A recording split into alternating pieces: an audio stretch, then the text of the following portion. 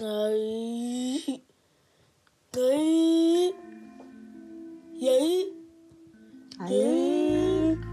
Jérémy.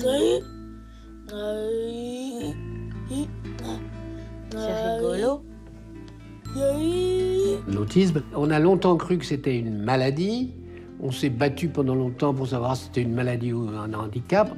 On pense aujourd'hui que c'est une manière d'être. Il m'est très difficile de m'imaginer si je n'étais pas autiste. Ce ne serait pas moi-même. Donc je pense que le terme de maladie n'est pas tout à fait adapté. En soi, être autiste, c'est ni plus bizarre, ni plus pathologique que d'être, par exemple, je ne sais pas, japonais ou européen. Tout est relatif. Pour m'occuper d'enfants autistes, penser que c'est simplement une façon d'être au monde comme les autres, c'est vraiment presque insultant pour les enfants autistes qui ont des souffrances incroyables à certains moments de la journée. Donc c'est pas un choix délibéré, calme et tranquille d'être autiste plutôt que d'être autre chose. L'autisme reste une énigme, un trouble du développement difficile à définir et dont on ne connaît toujours pas les causes. Mais partout dans le monde, le regard de la société est en train de changer et on s'indigne de ces personnes laissées à l'écart. Pourquoi ne pas les intégrer à l'école, leur permettre d'avoir une vie adulte autonome? Autant de questions à peine formulées il y a 20 ans et récemment objet de vives polémiques en France. En matière d'accompagnement, d'inclusion pour les personnes avec autisme, notre pays en ce moment est très mauvais. Et si on compare à un certain nombre d'autres pays, la situation est tragique. Elle est tragique. Elle est d'autant plus tragique qu'on a la preuve qu'ailleurs, on peut faire autrement. Et que dans certains endroits en France, dans notre pays, on peut faire autrement. Donc que le meilleur est possible. Voie F, l'Intercité, départ initialement prévu à 8 heures, est annoncé avec un retard de 10 minutes environ. Merci de votre compréhension.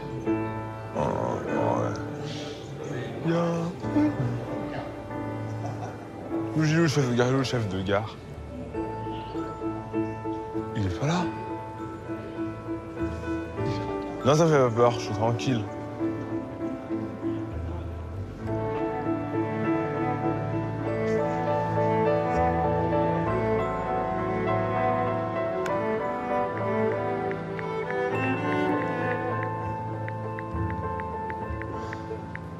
Peut-être qu'il y a des travaux, peut-être qu'il y a des travaux, peut-être. Il n'y a même pas de travaux, en fait. Mais il arrive avec du retard. Il est là, le conducteur, il est là, le conducteur. Ah, je vois, ouais, je vois. 14. Bienvenue à Brive-la-Gaillarde. Assurez-vous de n'avoir rien oublié dans le train. Ah, c'est bon. Ça roule maintenant.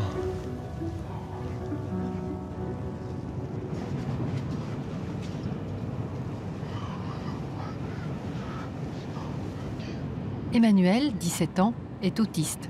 Un trouble qui touche 3 garçons pour une fille, environ 500 000 personnes en France et autant d'histoires singulières. Actuellement, on définit l'autisme par des troubles observables, des symptômes dans l'ordre de la relation, retrait de contact, difficultés de relation, difficultés de gestuelle aussi. Dans l'ordre de la communication, des difficultés de communication et de langage, et puis une forme spéciale de pensée avec une focalisation d'intérêt sur des détails et une tendance à l'immuabilité. En 40 ans d'exercice comme psychiatre, Jacques Constant a accompagné des centaines d'autistes, vu évoluer les définitions et traverser tous les conflits sur le sujet. Le professeur Bernard Gols, lui, dirige le service de pédopsychiatrie de l'hôpital Necker depuis 10 ans. Il est aussi psychanalyste et défend l'intérêt des soins psychiques pour les autistes.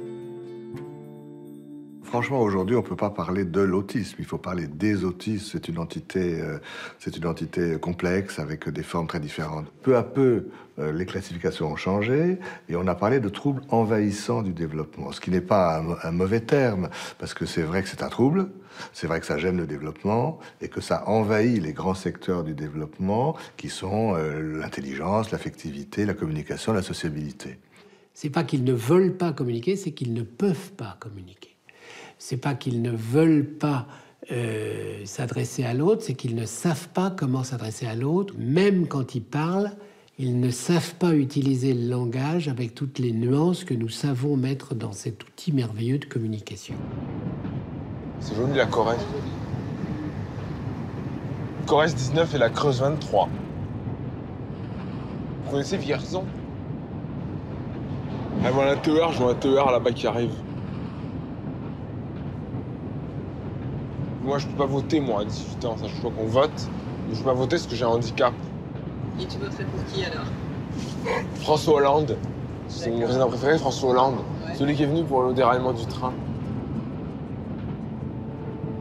À 3 ans, Emmanuel était déjà obnubilé par les trains, ne parlait presque pas et avait de gros troubles du comportement, les premiers signes permettant de poser un diagnostic d'autisme. À cette époque, on pensait encore que les autistes n'avaient aucune chance d'évoluer.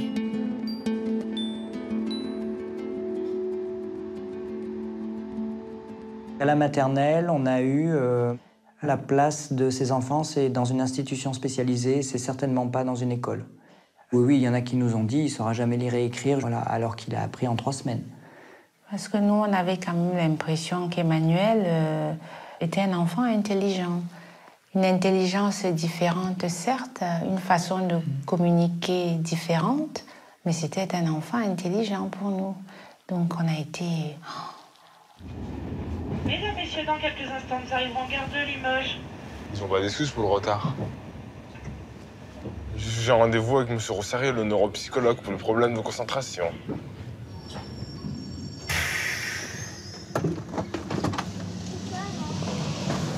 J'ai rendez-vous, là, j'ai rendez-vous.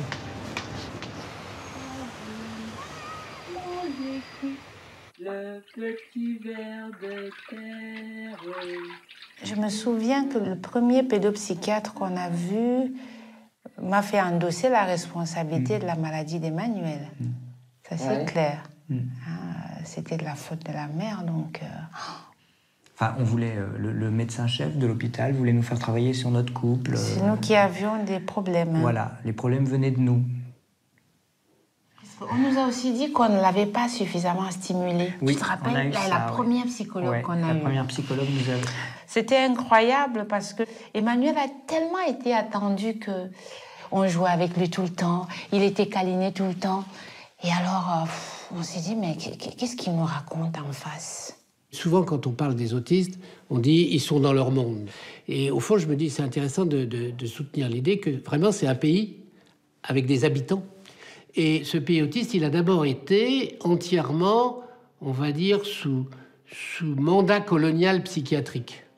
Alors d'abord, on a dit aux parents, de toute façon, c'est foutu, il va pas se développer, oubliez-le, placez-le loin, à la campagne, dans un asile. Bon, nous allons les sortir de l'autisme.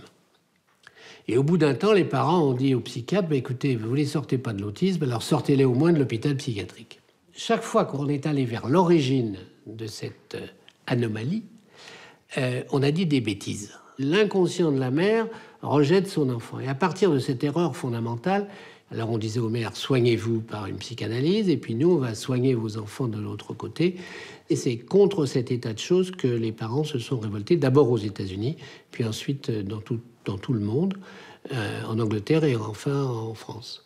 Les parents se sont sentis très accusés par les psychanalystes d'être la cause, à l'origine des troubles autistiques de leur enfant, ce qui est inadmissible. Enfin, je veux dire, c'est faux et c'est inadmissible et aucun psychanalyste aujourd'hui sensé ne le pense. Mais cette période-là est restée marquée par ça. Et on est passé de la conception d'une maladie psychiatrique qu'on appelait psychose, on est arrivé à la notion plutôt d'une manière d'être différente, pas une maladie mais une manière d'être, avec des déficiences, des incapacités, bref, un handicap qui nécessite, pour les enfants en tout cas, une éducation spéciale adaptée à leur mode de percevoir le monde.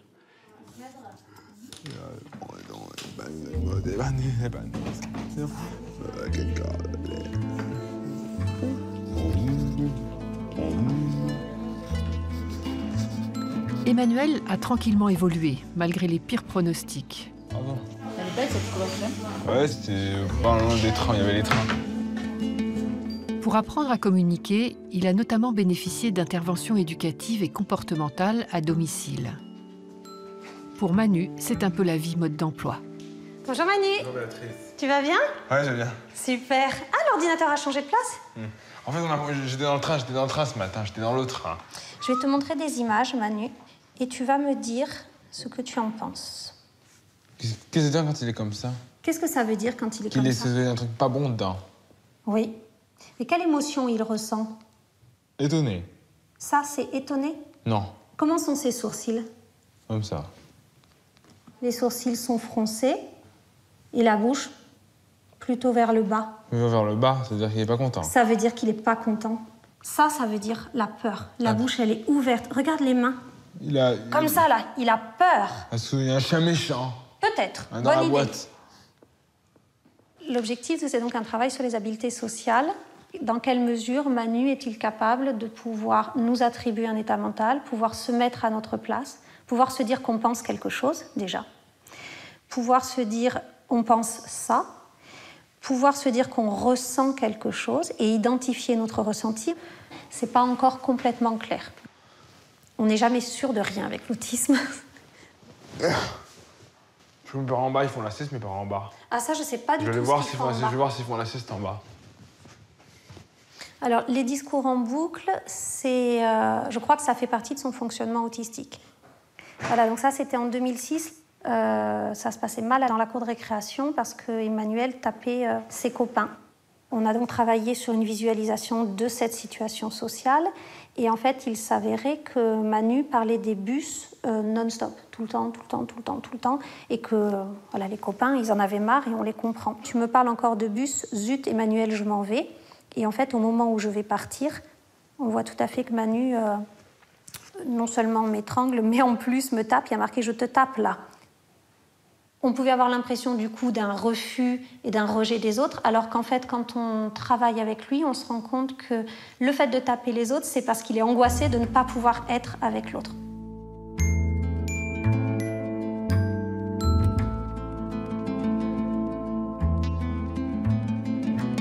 Un des troubles centraux de l'autisme, c'est la difficulté à rassembler les différents flux sensoriels qui viennent de l'autre. Pour ressentir que l'autre est un autre, pour que je puisse ressentir, percevoir, intégrer très profondément que vous et moi, ça fait deux, il faut que je puisse vous percevoir par plusieurs canaux sensoriels. Pas seulement vous voir, pas seulement vous entendre, mais ensemble prendre le son, la vision, etc. Les enfants autistes ont une énorme difficulté à faire ça. Ces difficultés typiques de l'autisme, ils étaient 1 sur 2000 à les connaître dans les années 60. Aujourd'hui, c'est une véritable épidémie qui frapperait une personne sur 150 en Europe. Soit 13 fois plus qu'à l'époque où Jacques Constant entrait dans le métier. Les chiffres sont impressionnants. Si on prend par exemple, quand j'étais moi un psychiatre en culotte courte, j'apprenais que c'était une maladie rare, une maladie psychiatrique et une maladie rare. Aujourd'hui, c'est plus une maladie psychiatrique et c'est pas rare. Alors évidemment, ça a beaucoup changé. En fait, ce qui a changé, c'est nos définitions d'inclusion. On s'est beaucoup battu entre pays, entre psychiatres, etc., pour définir des critères.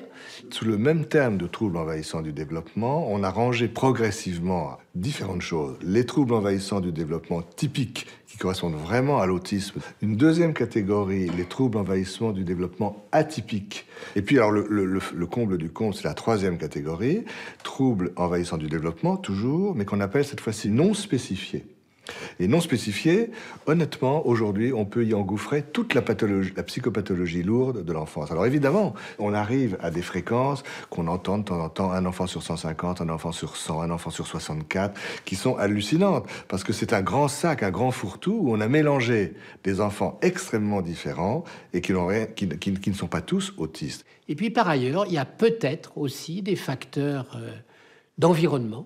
On a cherché les oligo-éléments, les effets des vaccins. Il n'est pas exclu qu'il y ait effectivement des éléments dans notre environnement qui seraient toxiques neurologiquement et qui expliqueraient l'augmentation des cas d'autisme.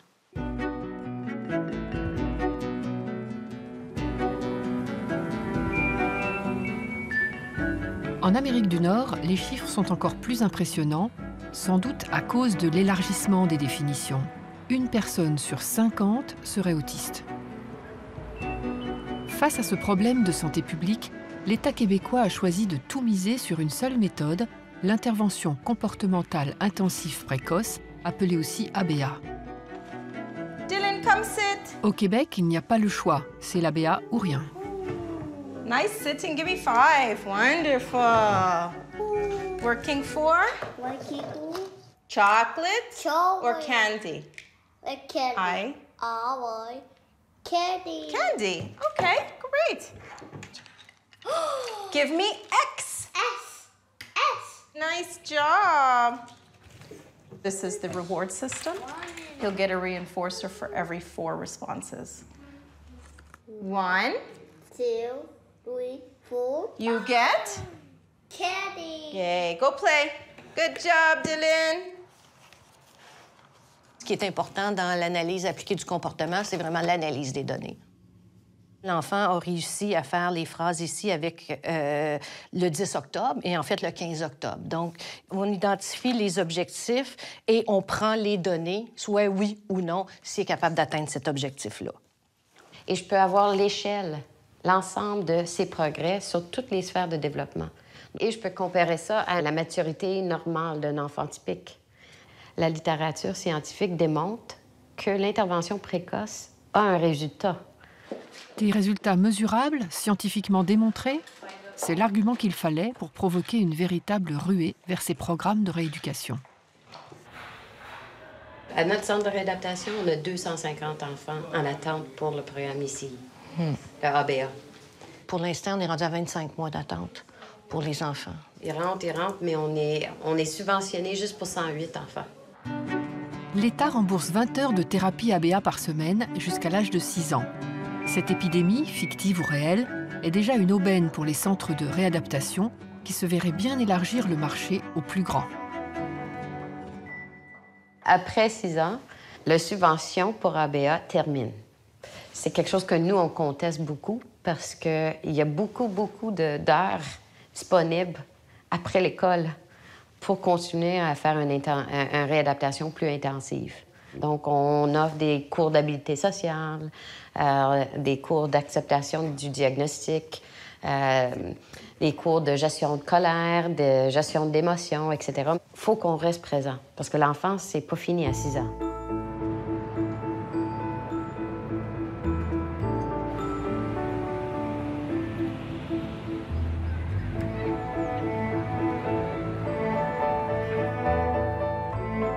Baptiste a 5 ans et n'a jamais parlé.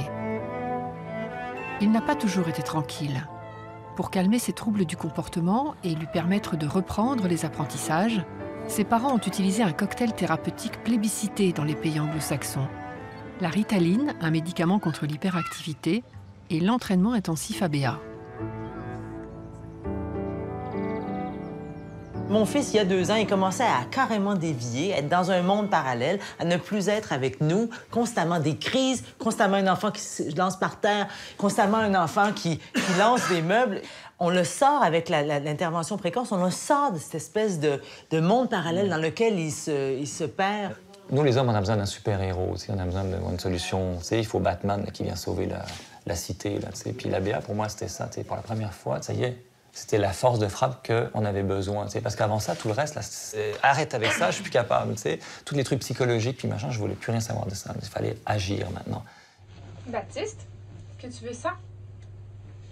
Depuis l'âge de 4 ans, Baptiste a donc passé 4000 heures à faire ce type d'exercice selon un protocole extrêmement rigoureux où tout est noté et filmé. Waouh, que t'es bon! Pareil. Faute de place en centre de réadaptation, les parents ont payé de leur poche les 40 heures hebdomadaires de rééducation intensive recommandées, soit 70 000 € pour 2 ans. Donne-moi fleur, poire, crayon. Bravo! Bye bye.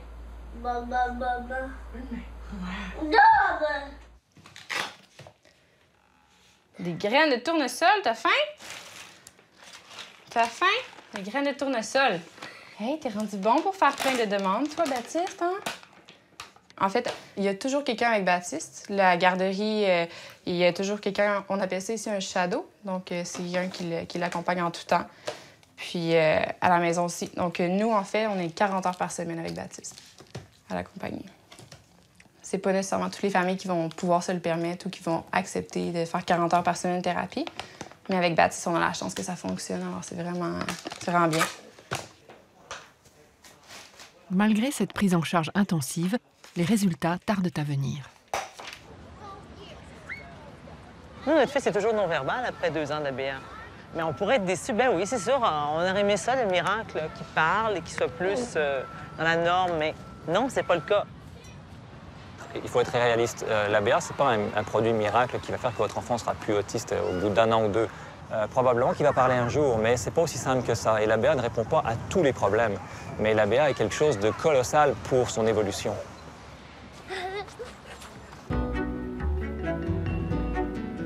Dans un paysage anglo-saxon dominé par l'ABA, une petite équipe, tel le village gaulois, résiste. Autour de Laurent Mautron, chercheur français en neurosciences, le groupe de Montréal réunit des scientifiques et des cliniciens qui remettent en cause le consensus autour de cette méthode. C'est un fait qu'on tape beaucoup sur l'ABA et je pense qu'on a le droit de taper sur une technique si on considère qu'elle est non éthique, qu'elle s'appuie sur des fondements scientifiques inexacts, qu'elle exagère ses résultats. Ça, je pense qu'on a le droit de le faire. C'est que l'ABA n'est pas spécialisée dans l'autisme. Elle l'est devenue par une espèce de hasard historique. Il ne faut quand même pas oublier que le behaviorisme, ça a été construit pour expliquer le comportement de la souris blanche et en cage. 2 conditions qui sont assez loin de la vie d'un autiste, et le rapport coût-bénéfice est absolument défavorable. Working for chocolate. Selon le groupe de Montréal, l'ABA s'apparente à un dressage coûteux pour des résultats non validés. Et ce n'est pas leur seule critique. Le fait de consacrer autant d'argent à l'intervention précoce ABA, en pratique, empêche d'avoir des travaux adaptés, des logements adaptés, des équipes de crise, et empêche d'assurer un suivi discontinu aux adultes tout au long de leur vie, parce que les autistes ont besoin d'une aide discontinue tout au long de leur vie. Pour proposer une alternative à l'ABA, le groupe de Montréal travaille avec des autistes, dont Michel Dawson, scientifique, qui peut enfin mettre au service de la recherche son savoir et son expérience personnelle. You know, so many people decided that I was worthless and had absolutely nothing that I could do, and so on. So it's amazing to me that I can contribute. It's a huge privilege. Michelle Dawson est une militante des droits des autistes. Elle a même dénoncé devant la Cour suprême du Canada le caractère non éthique de l'ABA, qui, selon elle, ne tient pas compte de la personnalité des autistes. Est-ce qu'on vraiment on veut des enfants autistes que pour toute leur scolarité va être suivie tout partout, sont beaucoup surveillés quasiment tout le temps? C'est vraiment un problème. Et ils ont des habilités quotidiennes meilleures que les miennes, mais sont considérés incapables de vivre indépendants. Qu'est-ce qu'on peut faire pour leur donner un peu plus d'indépendance dans n'importe quel environnement?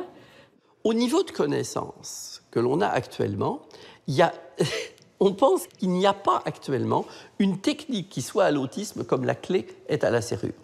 Il doit être possible d'en construire une sur la base des habiletés perceptives. Je pense que la première chose à faire quand on a un diagnostic d'enfant autiste vers 2 ans, c'est 1, de savoir à quoi est-ce qu'il s'est spontanément intéressé. Et deuxièmement, de définir s'il a ou non une vraie déficience intellectuelle. Ici. De même qu'on a longtemps pensé que les sourds étaient forcément des retardés mentaux, on croyait que 80% des autistes étaient déficients, alors qu'ils ne sont que 20 à 30% dans ce cas.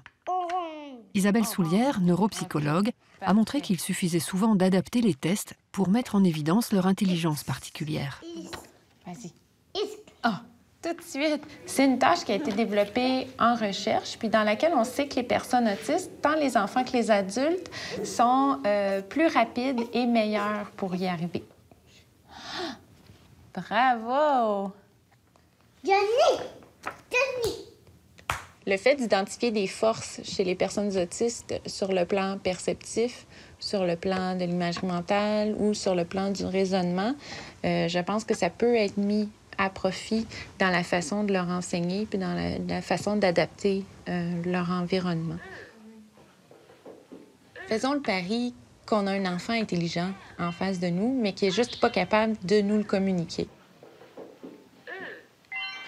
Il me semble que l'autisme nous force à reconnaître que l'humanité, l'ensemble des humains, est hétérogène. C'est une occasion de subvertir la définition même de maladie versus la définition de marginalité ou de différence.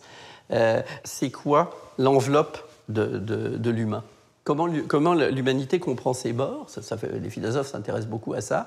Ça dépasse bien sûr la question de l'autisme, mais c'est à l'occasion des débats actuellement sur l'autisme qu'on est amené à redéfinir son rapport à ses marges.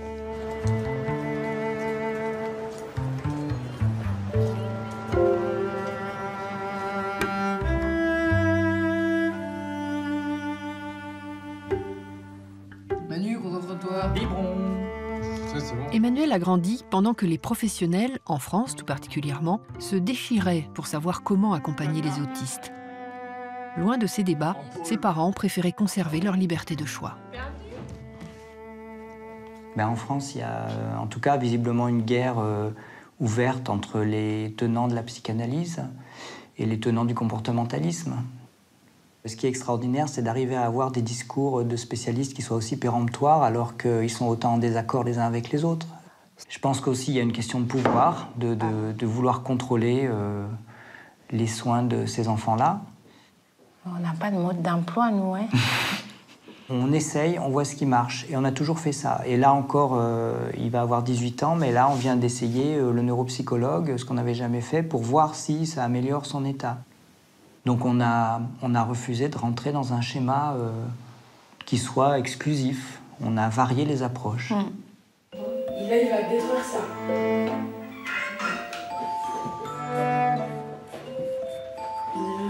Regarde, et on voit pas son corps. Les deux. Oui. Emmanuel a été suivie toute son enfance en Corrèze par la pédopsychiatre Anne-Marie Vaillant. Elle travaille aujourd'hui en région parisienne, à l'hôpital de jour d'Aulnay, où sont accueillis des enfants avec de gros troubles de comportement.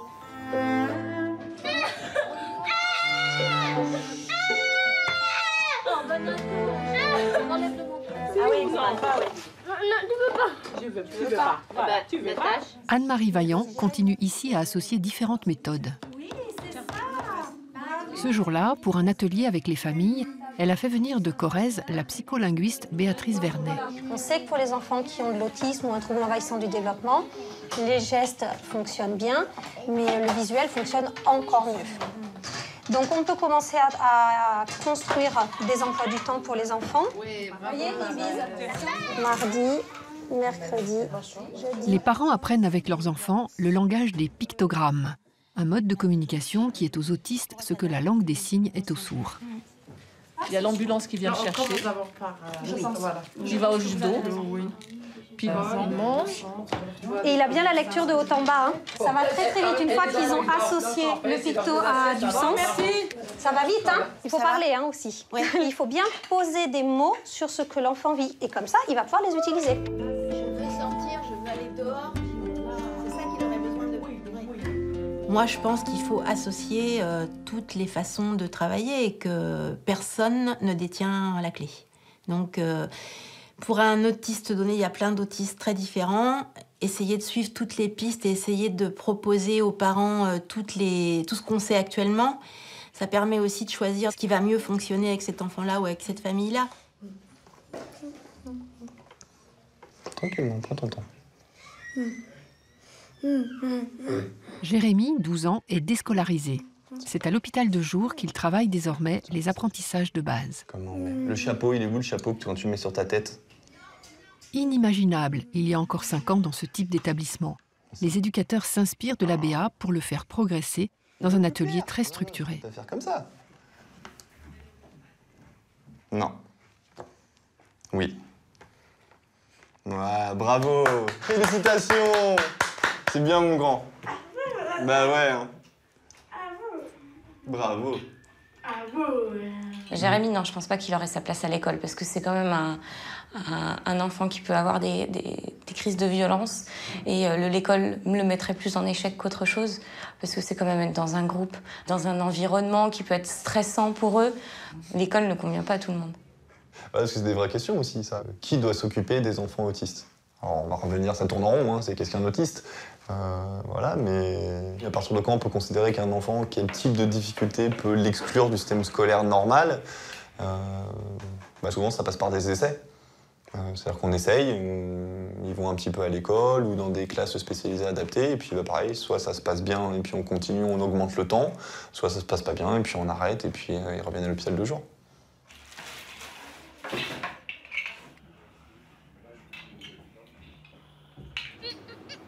On va doucement. Je te tiens, là. Tu veux que je t'aide? Natacha, c'était un enfant qui avait peur de tout. Voilà. Rentrer dans un trou comme ça, dans un endroit confiné, c'est horrible. On sent qu'il est encore angoissé, mais il le fait. Et il prend un plaisir à le faire, parce que là, il a été tout seul. Allez, n'aie pas peur, elle est là. Natacha, 8 ans, est déscolarisé, comme Jérémy.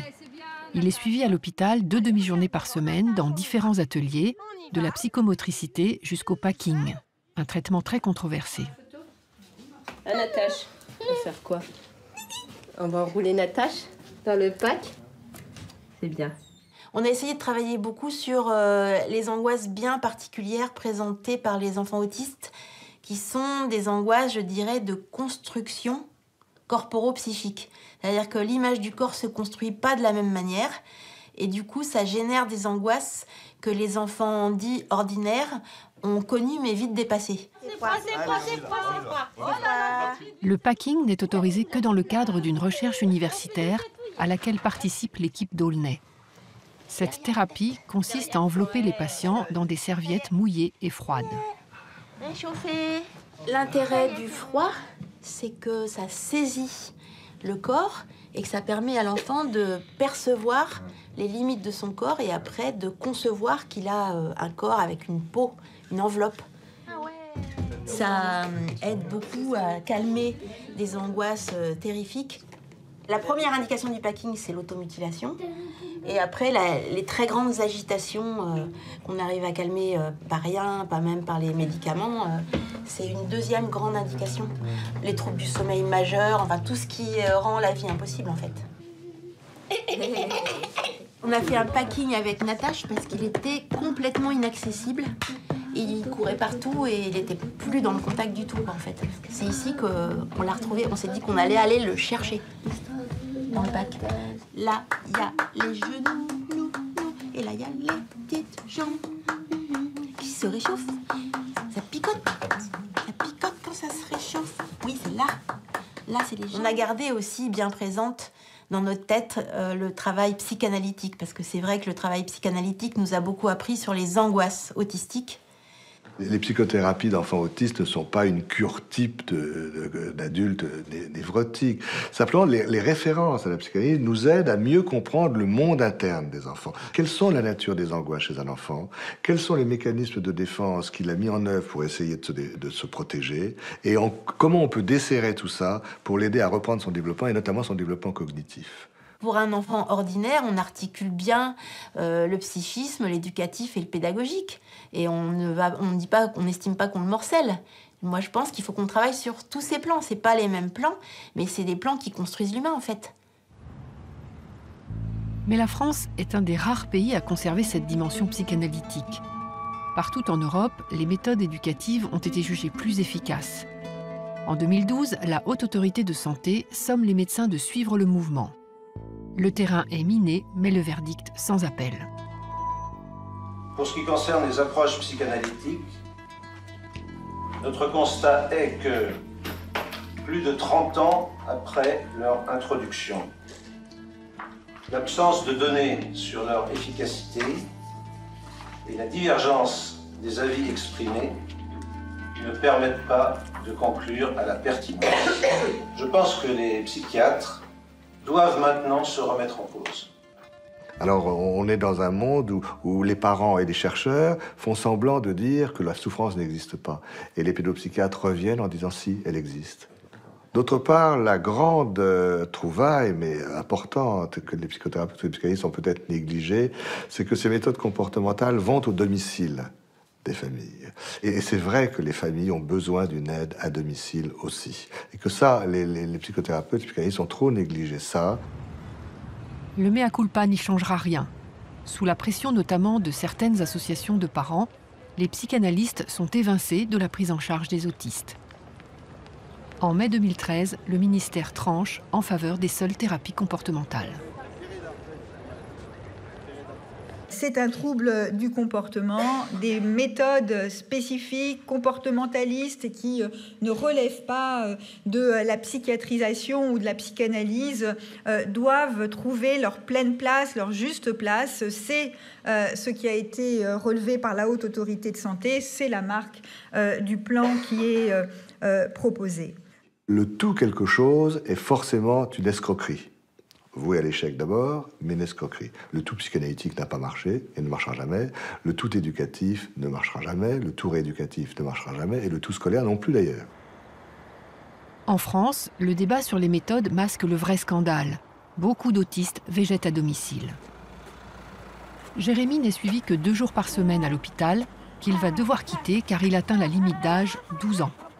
Et avec une demi-heure d'orthophonie par semaine, il n'est pas prêt d'apprendre à parler. On prend les images, on se pas dit bonjour avec tout ça. Bonjour. Bonjour. Ça va bien? Tu es prêt? Et donne Jérémy, bébé. Bébé. C'est très bien. Écoute. Écoute. Donne-moi maman. Maman. Elle est où maman? Maman. Maman. Maman. Donne-moi. Tu veux plus m'entendre? Il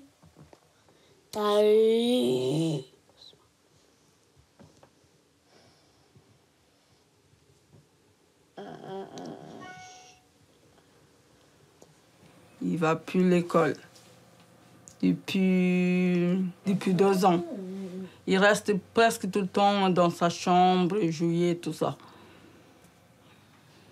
Pour Jérémy, sur le plan d'abord de l'accueil, de sa scolarisation, de son accueil en établissement, effectivement, on est dans un quota de prise en charge qui est insuffisant, y compris au niveau orthophonique. Il est en liste d'attente sur des IME, Instituts médico-éducatifs, et les IME sont surchargés. On a beaucoup d'énergie, mais pas assez de moyens quand même pour les accueillir. Et puis encore jusqu'à 12 ans, 14 ans, ça va, mais après, il y a aussi un grand chemin à faire. Moi, je suis scandalisée. Moi, j'ai même des enfants en charge, que j'ai eu en charge, et qui ne vont plus nulle part. Nulle part. Qui restent déscolarisés, avec la grande détresse des familles aussi. Enfin, vous, comme vous disiez, à la maison, au quotidien, avec Jérémy... On va vivre avec. C'est un enfant qui était né bien quand même. Après, à 9 mois, c'est tout. Ce sont beaucoup de choses. Mais là, ça va beaucoup mieux. Et on va lui trouver une place quelque part. Ne vous inquiétez pas, il aura sa place. On a beaucoup d'endroits, mais aucun n'y a de place. Au revoir, Jérémy. À vendredi prochain. En France, il y a une espèce d'abandon des familles et des personnes autistes. Donc les familles se trouvent extraordinairement démunies parce qu'on les affuble du titre d'aidant. Et donc elles doivent être à la fois la famille qui apporte l'aide affective, émotionnelle, l'aidant qui apporte sa compétence. Et c'est quelque chose d'extraordinairement difficile. Jean-Claude Amezen est médecin, chercheur en biologie et président du comité d'éthique. Il dénonce inlassablement depuis plus de 15 ans les carences de l'accompagnement des autistes en France. Le comité a rendu un avis en décembre dernier. Le constat qu'on a fait, c'est que sur toute une série de plans, il y a un profond déficit. Accès à l'éducation, vous savez sans doute qu'en 2004, le Conseil de l'Europe a condamné la France pour non-accès des enfants autistes à l'éducation. Quand on parle de nombre de places, la discordance entre les besoins et ce qui est fait est absolument effarante. Cette question de manque de place est une chape de plomb sur nos épaules, c'est-à-dire qu'en permanence, on sait qu'il y a 30, 40, 50 enfants, on en prend 10, il en reste 50 derrière, et on est sans cesse en train de se demander qui est le plus urgent. Quand on sait ce que vivent les familles, on se sent quand même vraiment sous pression. Ce qui m'effraie le plus, c'est de savoir que des enfants vont sortir, il y a 7 sortants chez les grands, et de savoir que la plupart vont retourner à la maison. Natache aurait besoin d'une prise en charge à plein temps. Pour pallier le manque de place, la France a trouvé la parade. Elle exporte ses autistes à l'étranger. La maman de Natache va visiter l'Espéranderie en Belgique ce mercredi-là. On sait qu'il y a une place qui vient de se faire, ce qui n'était pas du tout prévu initialement, donc on a cette opportunité plus vite que prévu. Oui, mais la maman, est-ce qu'elle est prête à se séparer de Natache maintenant? Mais je pense qu'il ne faut pas... Peut-être aussi lui laisser un peu de temps. Et ils reviennent que toutes les 3 semaines. Ils reviennent toutes les 3 semaines. Les parents peuvent y aller, voilà, voir les enfants. Si, c'est quand même... ça pose un problème de se dire qu'on est obligé d'envoyer les enfants en Belgique pour qu'ils puissent être soignés correctement. Moi, ça me pose un vrai problème, mais bon, pour l'instant, on n'a pas trop le choix. Natache est donc partie en Belgique, comme 3000 enfants et autant d'adultes autistes qui vivent dans des établissements privés belges financés par la Sécurité sociale française.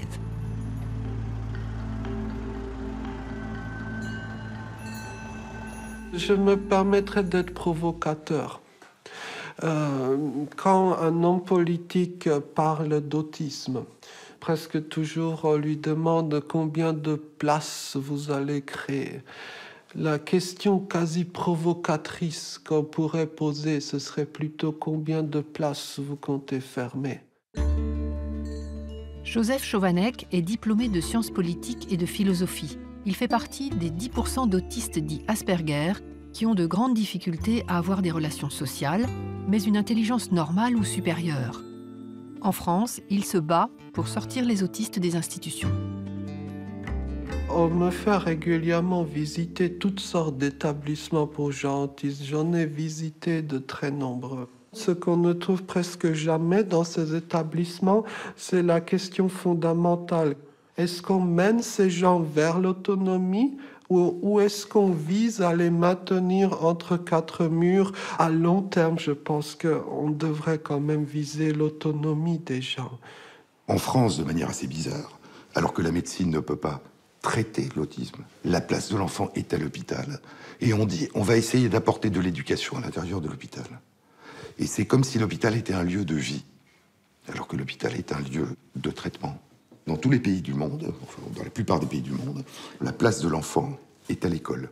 La médecine, comme l'orthophonie, comme la kinésithérapie, comme la psychologie, comme la psychanalyse, vient en plus.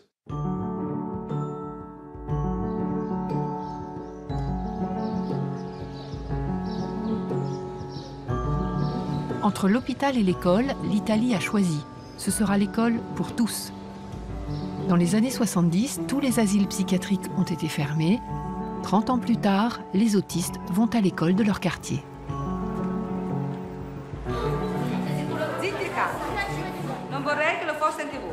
Allora, dunque, ragazzi, che cosa sappiamo della Sicilia?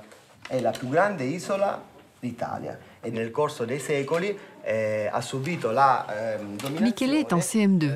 À côté de lui, Teresa, qui l'accompagne en permanence depuis le CP.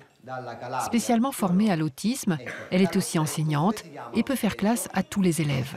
Résultat, Miki et elle font vraiment partie du groupe. Allora, Michele, vuoi leggere tu? Tocca a te, leggi bene, alza la Nelle fertili pianure costiere dove, accanto alla rinomata produzione di agrumi. Cosa sono arancia. Bravissimo, le famose arance di Sicilia. Va bene? Quindi ci sono molti agrumeti, soprattutto intorno alla piana di Catania, perché la zona appunto costiera è la zona più fertile, ovviamente. Alessandro, vuoi continuare tu? Vai. Ogni anno vi accorrono numerosi turisti, attirati dalle bellezze. Au début du CP, nous n'étions en classe qu'une demi-heure. Puis c'était toute une course dans les couloirs et dans la cour. Ils se jetaient par terre, hurlaient, sautaient sur les bancs. On a fait un atelier jardin-potager pour qu'ils puissent aller dehors, mais avec des règles. Pour nous, c'était une question de survie, parce qu'il ne restait pas en classe. Quand il a commencé à comprendre qu'il pouvait nous faire confiance, les choses ont commencé à s'améliorer. Mais ça nous a pris 2 ans. La Sicilia, abbiamo detto, è un'isola. A nord, Mar Tirreno, a sud, Mar Mediterraneo. molto bene. Mickey reste désormais toute la semaine en classe. Peu importe qu'il n'ait pas le même niveau scolaire que les autres élèves. Ce qui compte, c'est qu'il progresse à son rythme et que d'une année sur l'autre, il suive ses copains.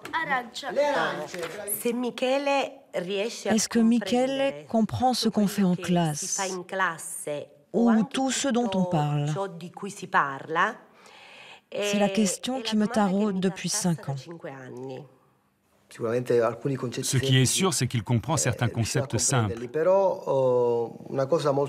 Mais le fait qu'il arrive à communiquer, à s'ouvrir au monde, qu'il arrive à exprimer ses émotions, s'il est triste, s'il est content, pour moi, c'est une conquête vraiment importante.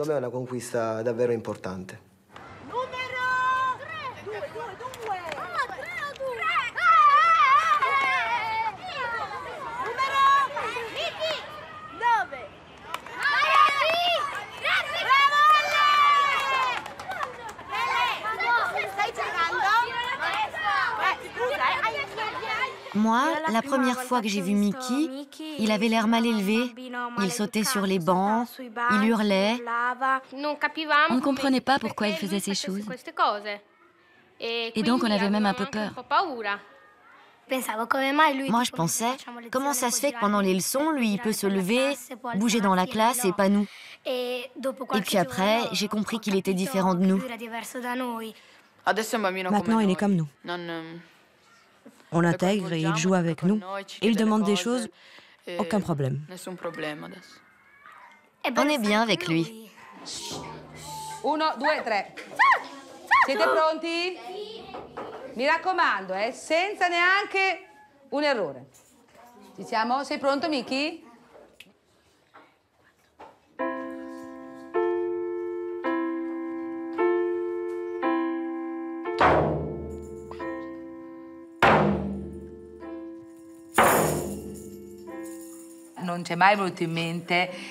Jamais il ne nous est venu à l'esprit de penser que cet enfant devrait être accueilli dans une école spéciale. En effet, ces enfants sont en quelque sorte une tête de pont pour briser notre résistance à l'accueil de l'autre. Parce que la différence est telle que l'on doit vraiment choisir.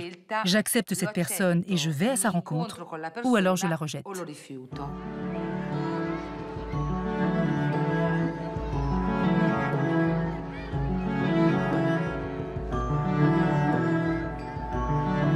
L'école italienne est une école qui n'est pas compétitive, donc effectivement, ça c'est un facteur qui a aidé.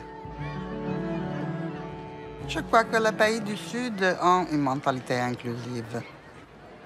Ça vient de l'école, ça vient de l'inclusion scolaire, que les personnes connaissent les personnes handicapées et qu'ils soient très accueillantes elles aussi avec les personnes handicapées. Si nous ne faisons pas l'inclusion quand ils sont des enfants, comment pouvons-nous espérer d'inclure les adultes? Vai, prima te. Se ti prendo.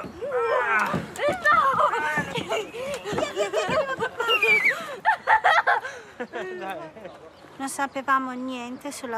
ne savait rien de l'autisme. Pour nous, c'était déjà difficile d'être parents. On a fait confiance aux doctoresses, qui bien sûr en savent plus que nous. Elles nous ont formés. On a pris des cours. On dessinait des visages avec, par exemple, on ne hurle pas, avec une croix sur la bouche. On ne court pas, on ne saute pas, toujours de manière très visuelle. Il a beaucoup progressé, c'est ça l'important. Insister, insister, insister. Ne jamais considérer le combat comme perdu.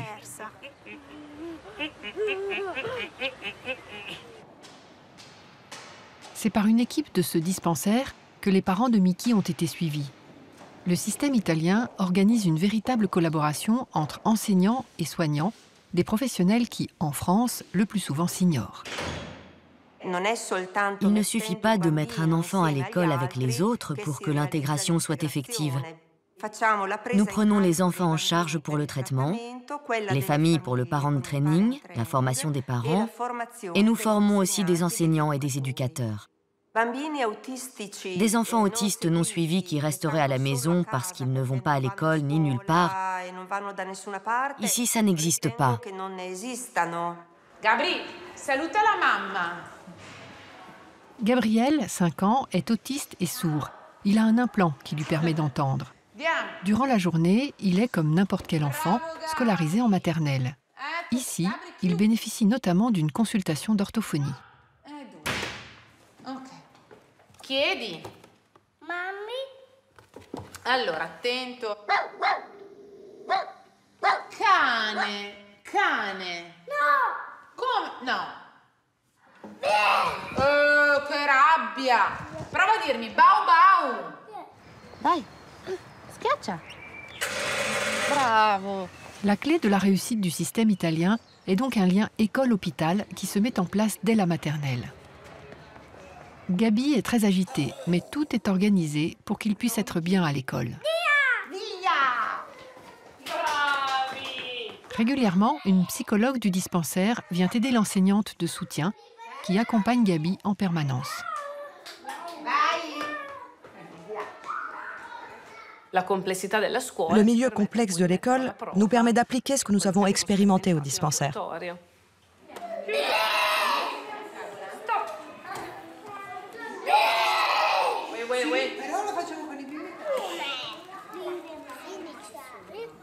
Bravo, i biscotti. Dammi. Il metodo c'è. On a une méthode, mais on l'adapte au contexte. Nel contesto. Je n'arrive pas en disant « fais ci ou ça ». C'est plutôt « j'ai pensé à ça, comment pouvons-nous faire ? Essayons ça ». C'est plutôt une collaboration. C'est l'école tout entière qui accueille, pas seulement l'enseignante de soutien. Il y a l'institutrice, les ateliers, les cuisines, qui aident l'enfant à entrer en relation. Bravo! Bravo! Bene. Dario. Piano. Aspetta. Oh, che cade. Un attimo. Piano. Basta. Un attimo.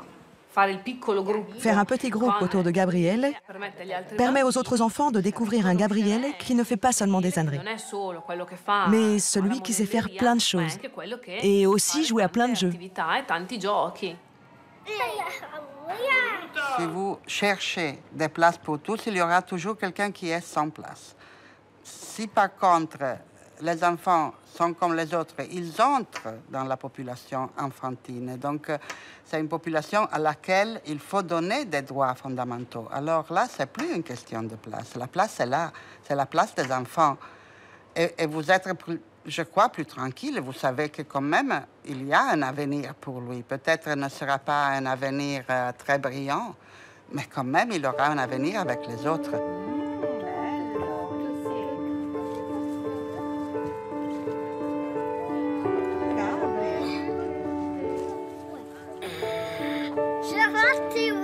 Cosa fa? Si è fatti i guanti? Gabri!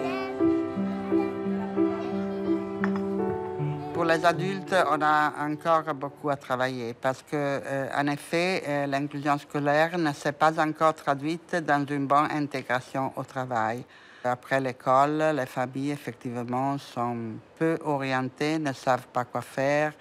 La formation professionnelle et aussi les services résidentiels pour les plus handicapés sont de compétences régionales. Donc, il y a de grandes différences entre région en région. Je connais quelques situations très positives pour les adultes, mais c'est encore vraiment l'exception. En France, on est loin du modèle de l'école italienne. Il existe bien une loi qui prévoit depuis 2005 l'inclusion des autistes en école ordinaire. Pourtant, la France a été condamnée 2 fois par le Conseil de l'Europe pour avoir violé le droit européen en ne scolarisant pas suffisamment ses autistes. Lorsque des parents se fondant sur la loi de 2005 faisaient un procès devant le tribunal administratif en disant « voilà, mon enfant a droit à une scolarisation, mais il n'a pas accès à ce droit », les tribunaux administratifs indemnisaient les parents en raison de ce manquement à la loi, mais n'imposaient pas la scolarisation. Donc il y a cette idée un peu étrange que ce que la loi donne comme droit, eh bien d'une certaine façon, on ne peut pas l'obtenir.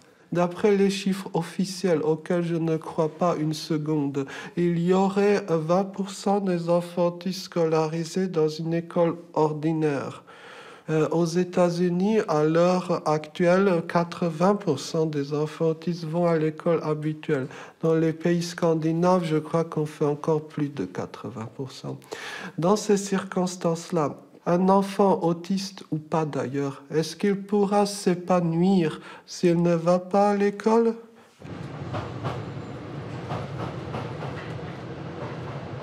Même si sa scolarité n'a pas toujours été facile, Joseph Chovanec se bat pour un meilleur accueil des autistes à l'école.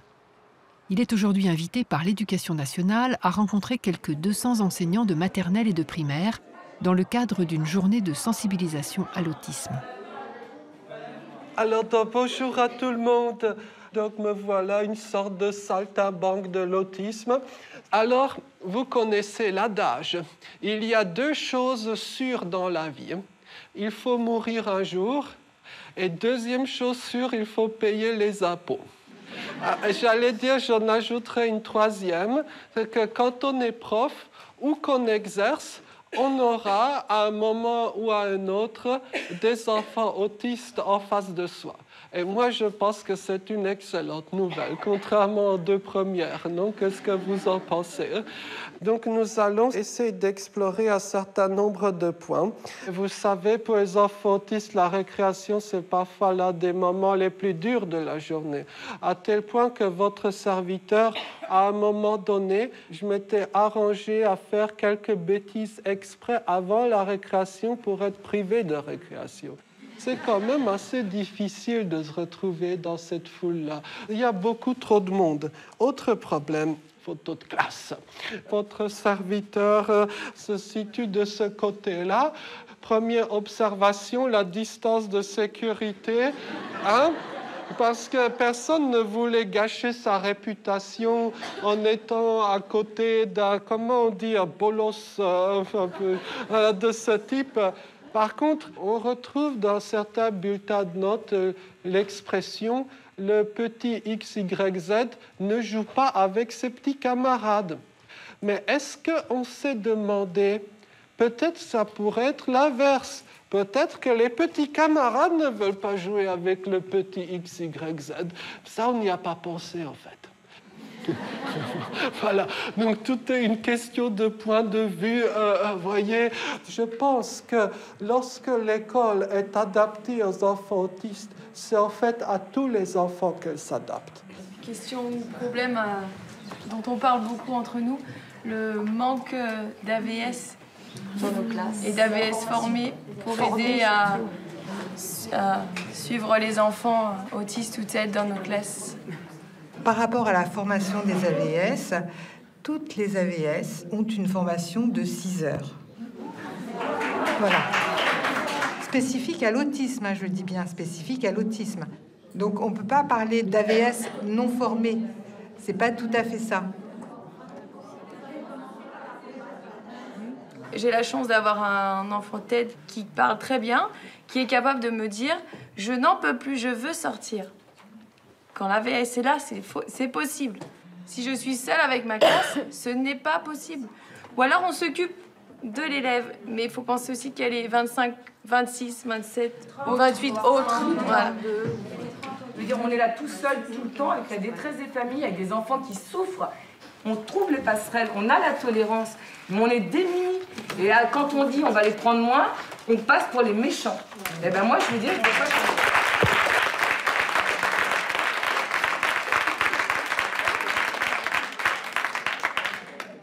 Les questions que vous posez sont des questions politiques. Ça représente un engagement financier, budgétaire pour la collectivité territoriale qui l'assumera, qui naturellement, dans les temps qui sont les nôtres, on nous répond non.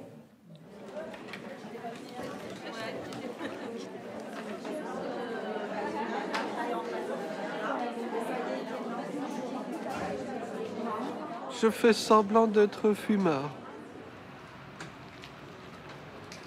Et là, on a un moment de répit par rapport au bruit ambiant.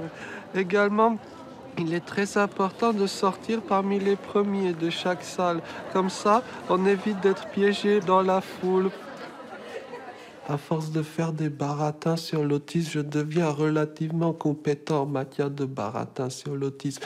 Mais cela crée une illusion parce que mes autres compétences sociales ne sont pas en proportion. J'habite chez mes parents, je n'ai pas de voiture, situation professionnelle extrêmement compliquée. Et vous savez quoi, de mes amis avec autisme, je crois que je suis l'un de ceux qui s'en sortent le moins bien sur ces critères-là. Je veux dire, d'inclusion sociale.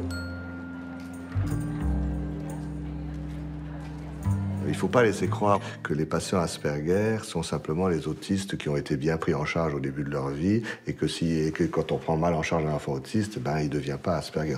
C'est deux champs de la pathologie tout à fait différents. Les patients Asperger acquièrent quand même la parole, le langage, l'idée que l'autre existe. Ils ne sont pas dans les mêmes problématiques, hein.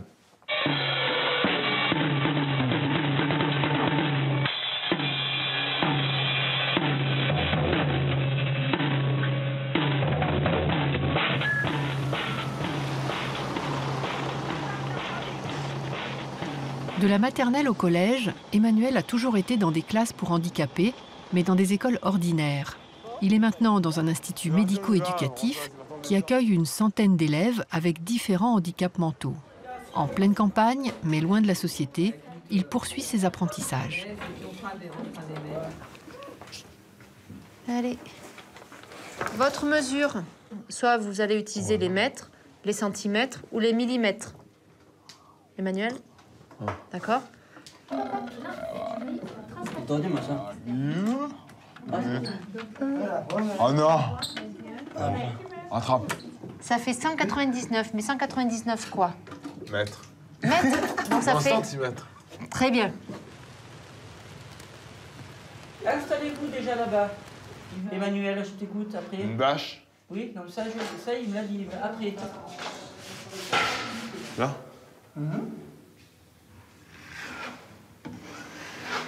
Et ben voilà. Mais tu y arrives. J'étais en menuiserie, horticulture, peinture, LMC et maçonnerie. LMC, c'est quoi? Lingerie, ménage, cuisine, j'ai joué. Et j'ai choisi la peinture, j'ai choisi. Pourquoi t'as choisi la peinture? Parce que c'était bien, j'aime beaucoup peindre. Parce que l'hiver, j'aime pas travailler dehors, en horticulture. L'hiver, il fait froid.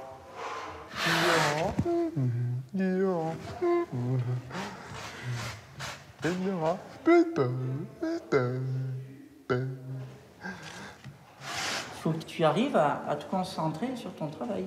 Oui. Ça s'était bien passé ton dernier stage? Une fois, je partais dans mon stage, je partais dans mon univers. En stage, je partais dans mon univers en stage. Ah bon? Aussi? Ouais. Tu peux pas trop t'évader, hein? Ils ne pourront pas me garder, sinon. Eh bien oui. Alors, est-ce que ton projet de l'heure qui suit, ce serait pas de poncer les murs, par exemple? Poncer les murs, si. Hein? Je suis une cale à Ce serait pas un bon projet? Oui, si. On va voir avec l'équipe éducative pour qu'ils puissent travailler en ESAT. Ce serait bien, ouais. Ce serait bien. C'est un beau challenge, mais le chemin est long encore. Il faut qu'il y ait du rendement, voilà. Alors, du rendement, c'est pas non plus l'entreprise classique qu'on peut connaître, Mais il faut qu'il dégage un certain rendement.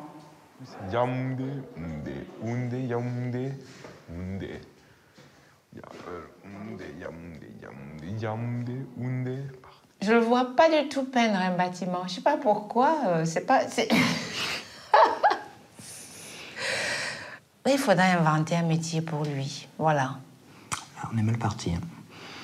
Alors, si c'est pas les AT, Emmanuel peut se retrouver oisif et ne vivre que de l'allocation adulte handicapé. Ça nous inquiète.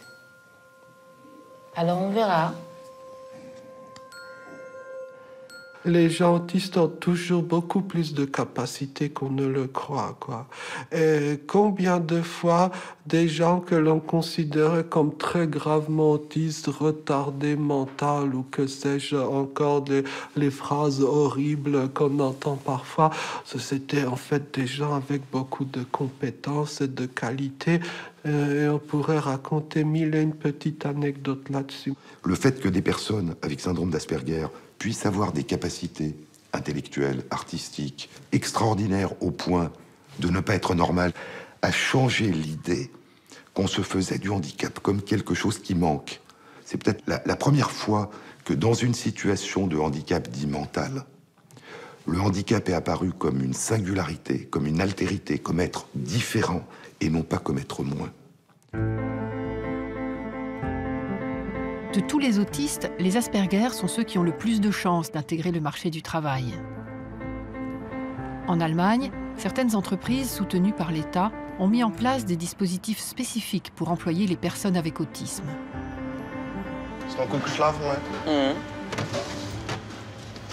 Un poste sur mesure, c'est ce dont Mike a pu bénéficier. Autiste Asperger, il a 25 ans et travaille depuis un an dans ce restaurant du centre de Berlin. Mike a été coaché par un formateur et bénéficie en plus de l'attention particulière de Martin, un de ses collègues. Le gérant a reçu une compensation financière conséquente pour l'embaucher. Aber ich schaue in das Rezeptbuch nach, da weiß ich, was ich alles reinmachen muss. Und 240, stimmt das?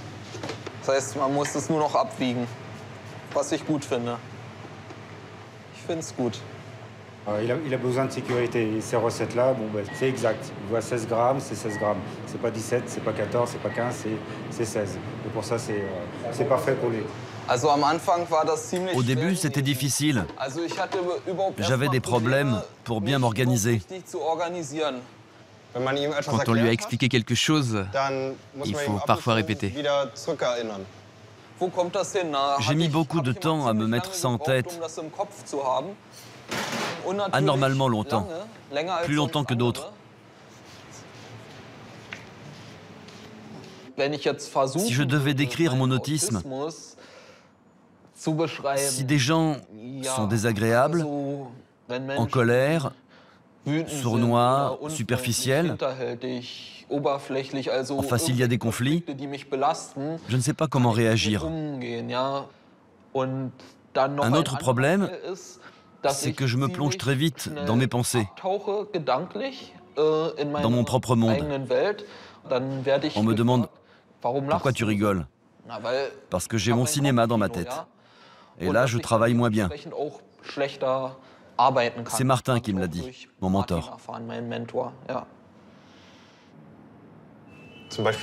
Par exemple, si la lumière est trop éblouissante, tu peux être distrait. Oui, c'est ça. Je ne peux me concentrer que sur une seule chose. Je ne suis pas multitâche. S'il y a une machine qui fait du bruit, ou si la musique est forte, je n'arrive pas à filtrer. On m'a donné des trucs. Comme parfois, plutôt que d'expliquer les choses, vaut mieux les écrire. Quand je suis infantilisé, je me sens mis sous pression. Plus vite, ou ce ton de voix qui me met la pression. Je sais que je trouve une sécurité ici. Je n'ai pas besoin d'avoir peur. Ça me donne confiance. Oui, personne ne se moque de toi ici. Ce qui est bien aussi, c'est que je suis toujours très consciencieux.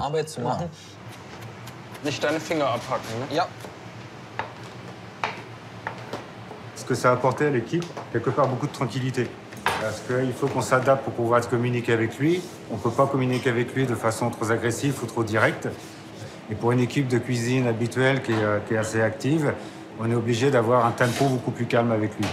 Et qui a en fait quelque part une bonne influence sur le reste de la cuisine.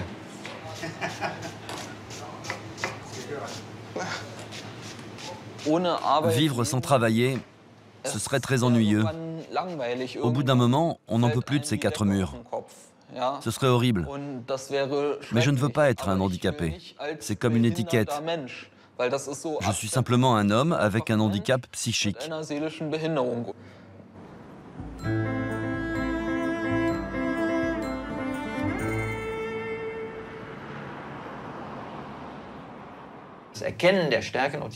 Reconnaître les points forts des autistes peut être très apprécié,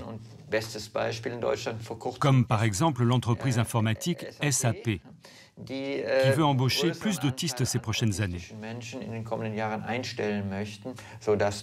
Pour un employeur, cela peut être attractif d'employer des autistes, parce qu'il peut compter sur eux.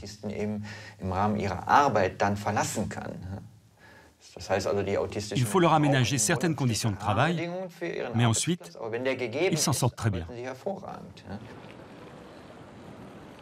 En France, la loi de 1987 oblige les entreprises à employer 6% de personnes handicapées et impose une contrepartie financière à celles qui n'atteindraient pas ce quota.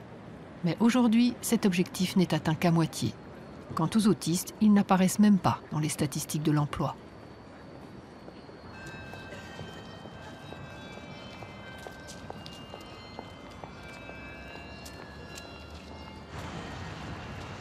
En Allemagne comme en France, l'emploi des personnes avec autisme sur le marché ordinaire reste une exception. Maria, autiste Asperger, a son bac et un diplôme de langues étrangères.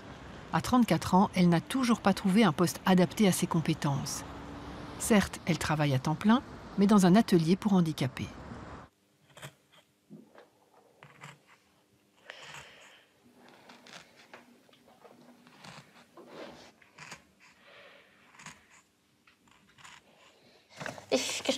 Je fabrique un cheval selon ce modèle.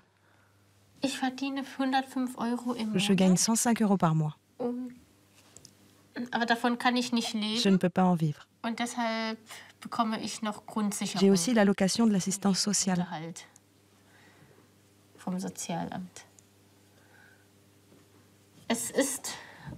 C'est injuste de gagner si peu pour le travail que je fais.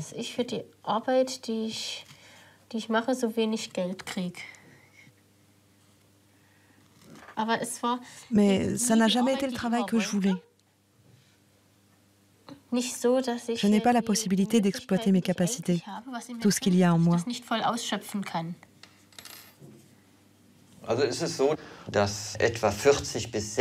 40 à 60% de toutes les personnes définies comme autistes travaillent dans des ateliers pour handicapés.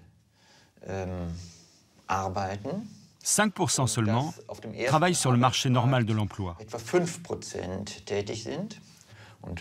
Mais la plupart des autistes ne sont pas des déficients mentaux. Les ateliers pour handicapés n'ont rien à voir avec l'intégration.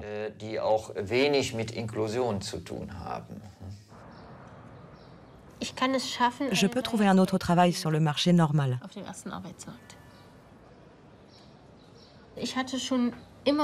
J'ai toujours eu le désir d'aider les autres, de faire un métier pour aider les gens. Setz mich ja hierher. Ja, setz dich hier. Du darfst das sagen. Wenn Sie meine Tochter sein. Ich will, also ich muss.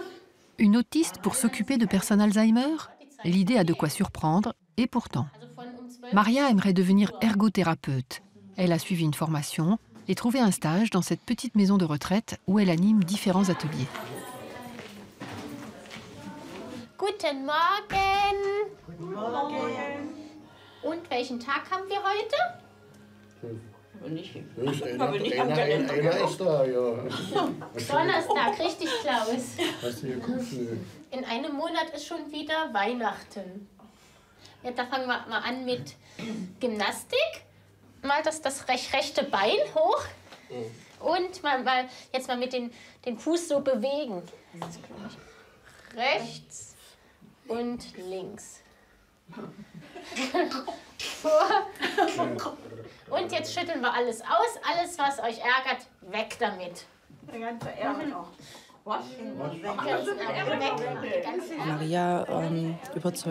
Maria arrive à motiver les gens pour qu'ils participent bien.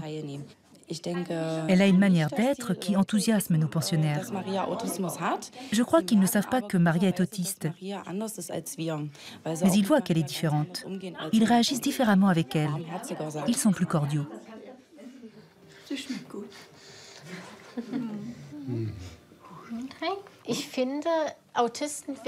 Je trouve qu'on range vite les autistes dans des cases.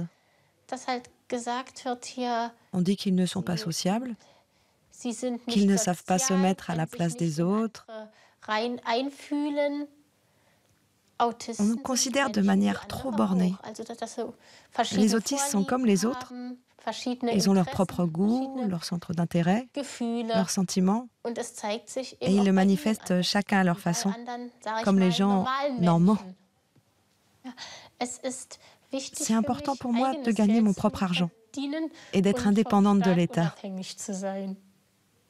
Réfléchissez un instant. Vous, en tant que personne non autiste, si on vous prive d'emploi, si on vous vire de l'école, si tout le monde vous méprise et si personne ne vous dit bonjour, est-ce que vous en souffrirez ou pas? C'est un signe d'émancipation que dans le monde entier, des autistes se soient regroupés au sein du mouvement américain Autism Rights. Ils parlent en leur nom et essayent d'avoir une influence politique pour faire avancer leur cause et être entendus. La précarité reste la règle pour les adultes avec autisme. Malheureusement, j'allais dire, je crois ce qui est le plus laissé en friche, ce sont les aspects non médicaux. La question du logement. Je deviens adulte ou est-ce que je vais vivre en hôpital psychiatrique? Non, mais sans blague. Ou alors un autre sujet dont on ne vous parlera jamais, les personnes âgées avec autisme. N'existe pas, quoi. Voilà.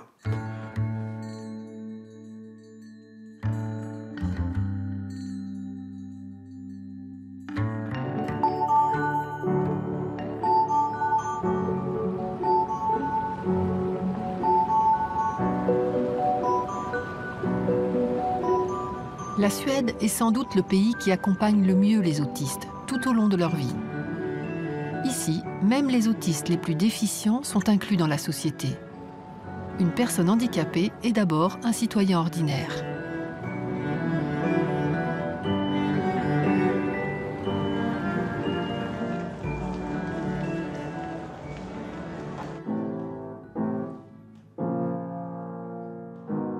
Né d'un couple franco-suédois, Félix a 19 ans.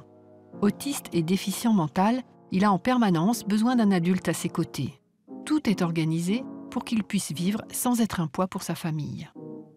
Je trouve qu'il porte très bien son prénom, Félix le Bienheureux. C'est un enfant vraiment gai et je pense que c'est un enfant très heureux. Mais pour en arriver là, ça a été un long travail. Ça nous a pris 20 ans pour l'amener là où il en est maintenant. Ja, Camilla, ska vi se. Nästa vecka, på onsdag, vad har ni planerat? Ska jobba? Ja, men då tänkte vi cykla till Tekniska museet. Och ni ska till Tekniska? Ja, det blir toppen. Och helgen efter, då ska ni gå på dansa? Ja, precis. Då är det i Sollentuna på Satelliten. Är det? Ja. Det blir hans favorit. Ja. Camilla est l'une des 3 assistantes personnelles de Félix, payées par l'assurance maladie. Elle se relaie soir et week-end pour que Félix puisse sortir, avoir des loisirs, comme tout le monde.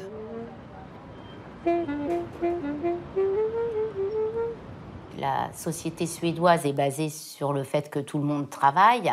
C'est pas aux parents de s'occuper d'une personne handicapée gratuitement. Moi, je peux aussi prendre des heures d'assistance, voilà. Et donc, à ce moment-là, je suis payée parce que forcément, si je travaille avec Félix, je ne peux pas travailler ailleurs. Ce n'est pas considéré comme un privilège ou un luxe, mais comme un droit. En Suède, les autistes ont le droit de vivre exactement comme tous les autres. C'est le principe de départ de la société. C'est la loi. Il faut que ça se traduise dans la pratique également. La Suède a fondé cette révolution non pas sur une politique qui visait l'autisme ou le handicap mental, mais sur une politique fondée sur les droits du citoyen. Est-ce que chaque personne a véritablement accès à ses droits de citoyen, y compris quand cette personne est atteinte d'autisme, y compris quand cette personne a une maladie d'Alzheimer, et non pas est-ce qu'il y a des droits particuliers pour les personnes handicapées qui devraient rejoindre les droits des autres. 1, 2, 3.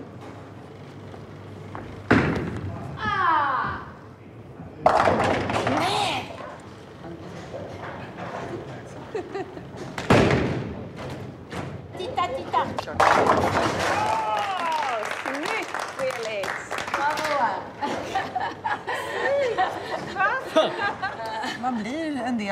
Je suis entrée dans la famille en travaillant avec Félix. On se connaît depuis longtemps, 8 ans. On s'entend très bien.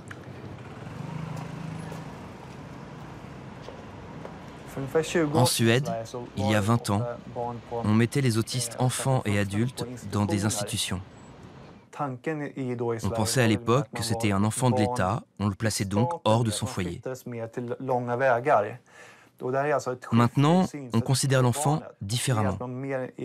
On considère que l'enfant est un citoyen de la commune où il vit avec sa famille et non plus un citoyen de l'État.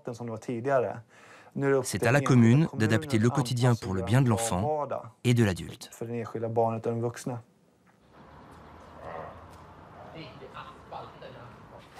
Pendant la journée, Félix va dans un centre d'activité avec d'autres autistes également déficients mentaux. Ils sont rémunérés 115 € par mois pour un travail symbolique qui relève plutôt de l'activité occupationnelle. Nous disons usagers et non patients. Nous ne les considérons pas comme des malades, mais comme des personnes avec un handicap. Certains font un travail plus sophistiqué, mais ça reste un travail. Quand on a un travail, quand on va au travail, ça signifie qu'on est adulte. On essaie de créer une ambiance sécurisante pour lui au travail.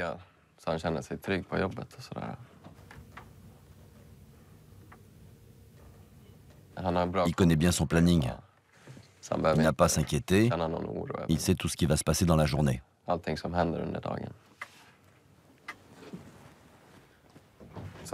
Nous allons fabriquer un nichoir pour les oiseaux. Au début, on l'aide pour qu'il apprenne. Encore un peu. Voilà.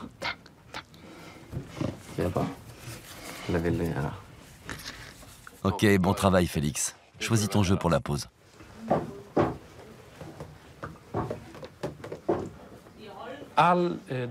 Tout centre d'activité de jour, privé comme public, est financé par les impôts. Je ne crois pas que les Suédois soient vraiment conscients des sommes qui sont dépensées. Mais ils ne les contestent pas. Ils trouvent que ces activités sont importantes. Et la plupart trouvent ça très positif.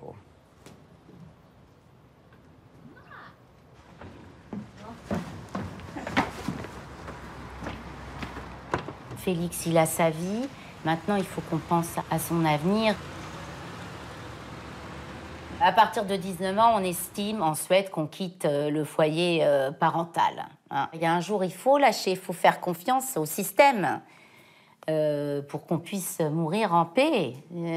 C'est là qu'est le problème de tous les parents de personnes handicapées. Donc pour nous, on est vraiment dans une phase où le principal, c'est qu'il ait une belle vie.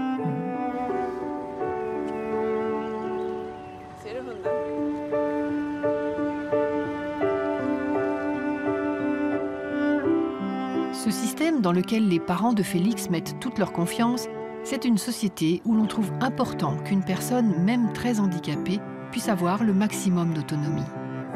Fabian, 38 ans, fait ses courses lui-même après sa journée au centre d'activité.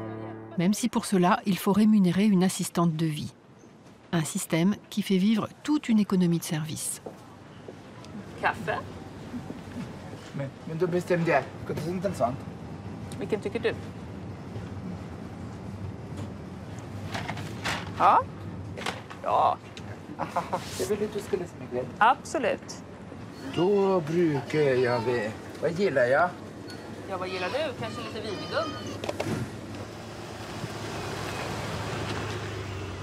Går du in till dig då, så ses vi inne? Ja. Visst, kom in. Det här är egen nyckel. Jag trivs här. Ja, det är mitt hem. La Suède interdit les institutions de plus de 6 personnes. Cette maison est donc divisée en 4 appartements privés, donnant sur une pièce commune où 3 aidants sont au service des habitants. Chaque résident décide de ce qu'il veut. Être ici avec les autres ou seul dans son appartement.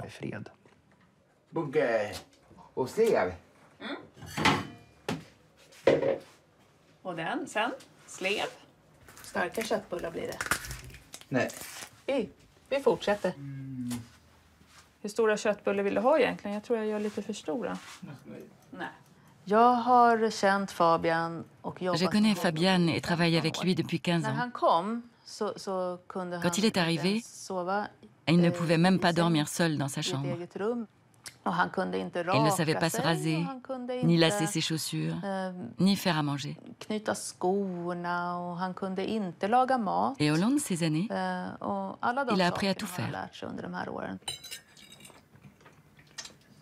Lite brända blev de köttbullarna. Går det bra ändå? Ja.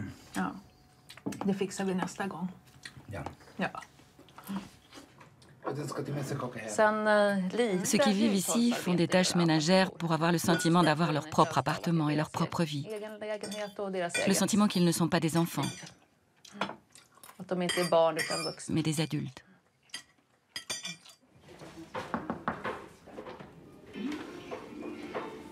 Trivs du bo på Tangården? Ja. Vad tycker du är bra då? Spela tv-spel tycker jag. Ja. Vad står det på schemat? Det står Bella. Ja, då tar du ner den. Och vad ville du välja för något? Tv-spel? Ja, då tar du bort tv-spel. Perfekt. En liten stund eller en lång stund? Lång stund. Ja, då kan du välja mellan blå och grön prick. 15 minuter eller 30 minuter. Grön. Då tar du grön. 30 minuter. Ja. Bra. Här ska man också ta sig över. Aj, aj, aj. Bygga. Du får inte ramla ner heller.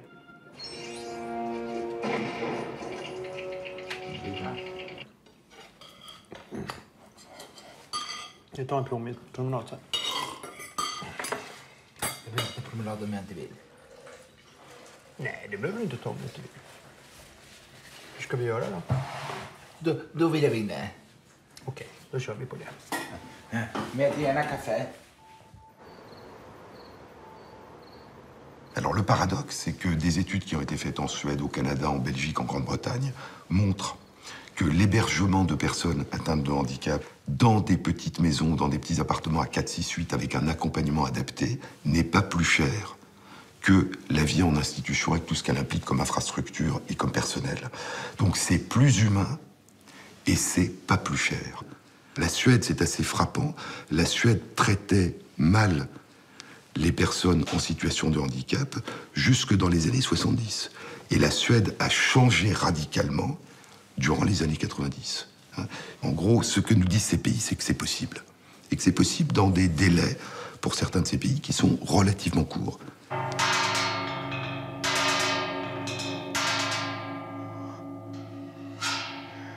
En France, comment aider Emmanuel à construire son avenir? À quelques jours de ses 18 ans, il retrouve chez son musicothérapeute une partie de ceux qui l'ont accompagné pendant toute son enfance, dont sa pédopsychiatre Anne-Marie Vaillant.